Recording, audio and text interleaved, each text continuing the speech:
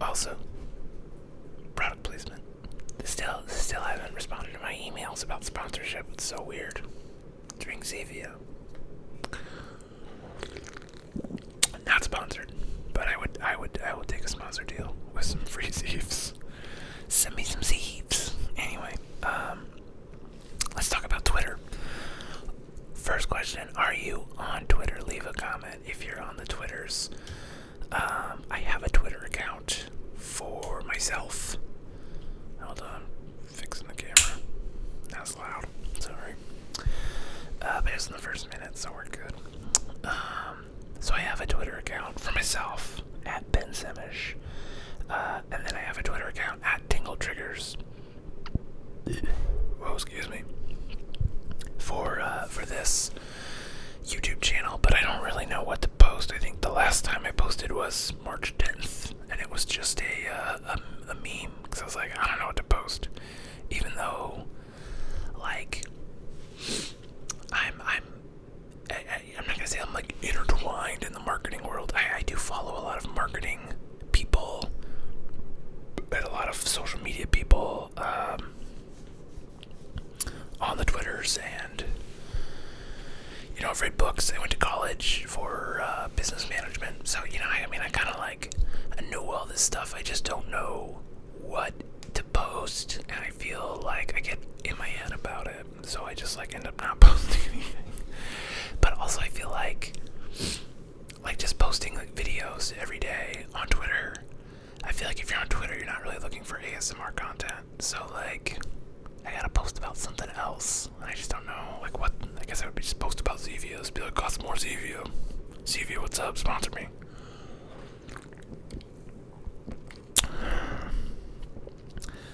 And that's also true of my like professional account, the at Ben Semish one, which that's mostly just like opinions and stuff. If I'm looking at it, it's newer. I have 75 followers over there. I had another Twitter account, but I created a new one because I realized like my old Twitter account was like all the way back to like 2008 or 2009. So I'm like, there's probably a bunch of like really dumb shit. So I just kind of like locked that down, and I don't really use it anymore. But that had like 600 followers, and then as I went back and looked, it was like a lot of friends who like don't really use Twitter anymore. So oh well. But yeah, I got bam. You can find me if you want to follow me. I don't know really how to really use Twitter as like a freelance person. You know, and it's like freelance camera stuff when so many camera people don't really use Twitter. And I find a lot of the local freelance people like kind of irritating. There's definitely like two types of people that do the work I do. Is that there's like these what we like to call cheerleaders who are like real saccharine and just like everything's amazing, and you're like, well, no, things aren't amazing. And then over here you have like the old school guys who like don't even use social media, you know, and they just like have their boys clubs and stuff. And then like somewhere in the middle you just have people that are just like doing the work. And I'm not saying that like people on either of these camps aren't doing work, but like people in the middle are just like, it's not that they don't see the value in social media so much, it's just that like they don't think about it very much, and they don't make it an active part of their marketing matrix, if you want to call it that. But then like looking, so it's like, okay, well that's from like professional stuff. Like I could be posting more just about what I'm working on. I probably need to read Austin Kleon's Show Your Work again. That book is really good about selling yourself without feeling gross about it. But I don't really know what to post about as an ASMR channel. I don't know if there's anything interesting there, or if there's even any value to having a Twitter account as an ASMR channel. So drop a comment down below if you're on the Twitter, if you want what you think I should post about. I don't, just post about ASMR stuff. I don't really know what that would be. Just be like, like I could do like little quick hits. Like when I get sounds that I'm real interested. Find my face. My face is right here, camera. Something about the back. He doesn't like the background.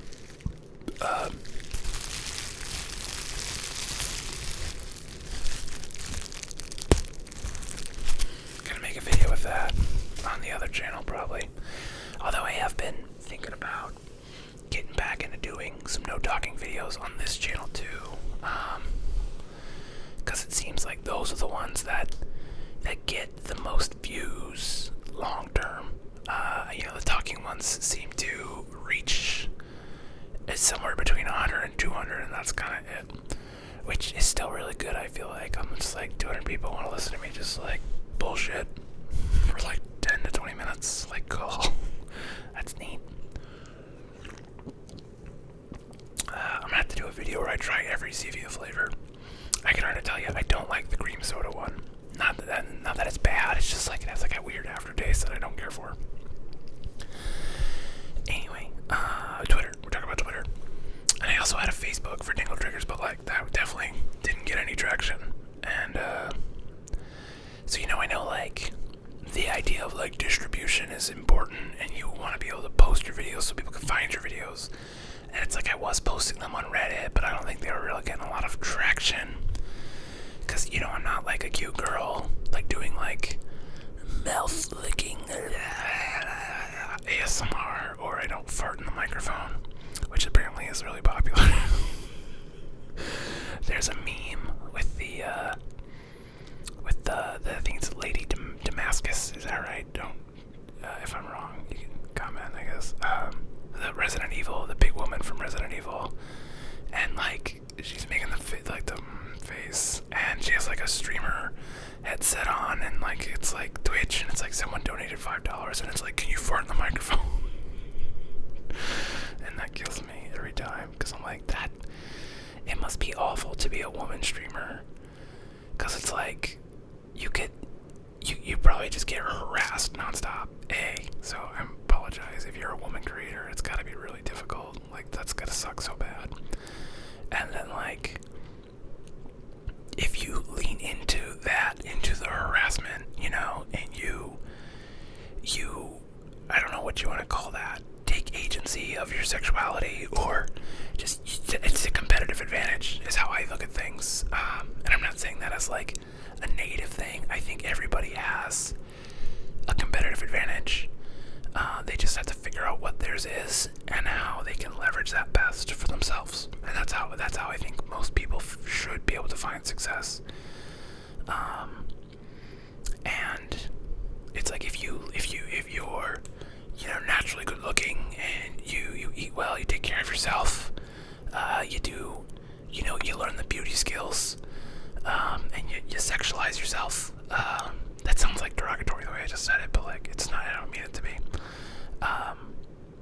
Then like, where was I going with that? Oh yeah, you still get harassed. Like, you get harassed by the opposite side of it. There's people, slut shaming you.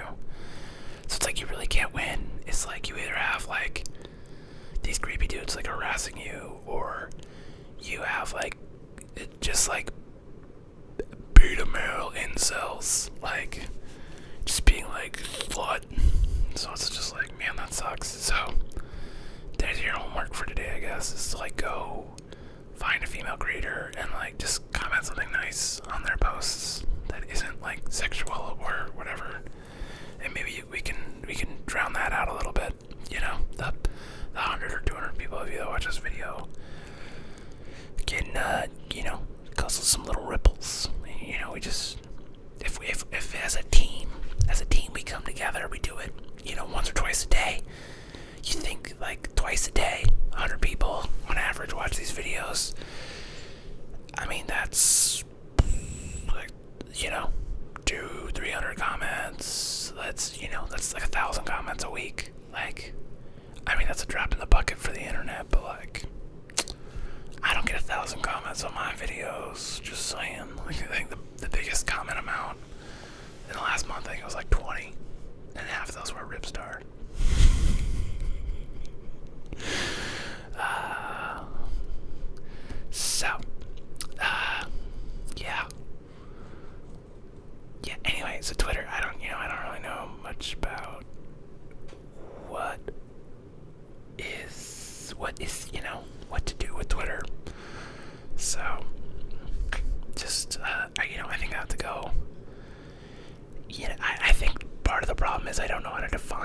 what it is I do, because it's like I just do stuff with cameras.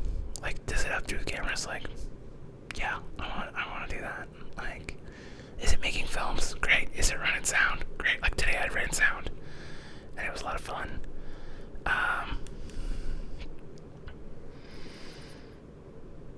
Yeah. So that's kind of it. Wait, I think my mind just got sidetracked super hard there. I got like ADD brain. It's late. I'm tired. I'm not that tired. But yeah. So it's like I do streaming. I do the YouTube stuff. I make these weird videos. Relatively speaking, I was doing film reviews. I need to get back into doing that. I think I see a lot of things happening in the world, and I'm like, man, I need to, see. That makes it sound like bigger than it is, but like I see things, how things are shifting, and so it's like having YouTube as like a realistic source of income would be a nice hedge against a lot of transitions for how the world is changing, and as well as building some new skills that I could leverage. Just because I feel like as the technology gets easier, as I get older and I need more money just to survive, there's like a new batch of young hungry kids coming up, and they'll do the same thing I do for half the cost, either because they just don't know what they could be charging, that's how I started, or they're just so hungry to do the work, or they just have less overhead, and so it's like, well, that's just life. It's a circle of life. By this point I've been doing it for 10 years, so it should be demonstrably different when I do a project versus when one of these new kids does a project. And if it isn't, well, that's kind of on me, isn't it? So gotta figure out how to smooth them skills, make things a little nicer. Yeah. Bring CVs on set so other people can experience the amazingness of Zevia. It's like LaCroix, but like not terrible. It's like Zevia is like what people who are like way too into LaCroix try to. I know it's LaCroix, but I call it LaCroix because I'm an idiot and I think it's funny. But people that are way too into LaCroix talk about it, LaCroix like what it is. Like that's what Zevia actually tastes like. Zevia. Drink the 0-calorie soda with non-GMO. This one's strawberry. It's pretty good. It's like a dessert soda. It's like, it tastes pretty sweet, but it's not. And it's like this just, I don't know if they're actually like, it's gotta be better for you than diet soda just because there's like less chemicals in it. So I don't know how it wouldn't be, and I know a lot of people, my little brother always tells me that like diet soda is worse than regular soda. And he tells me that he's like, even for you, a diabetic, you should, like, regular soda would be better for you than diet soda. I don't know why. He never really expands on it. But I've read that this is good for you, so it tastes good. And it scratches that itch. So that's what I drink. But anyway, getting back to social media and Twitter and stuff. Yeah, I don't know.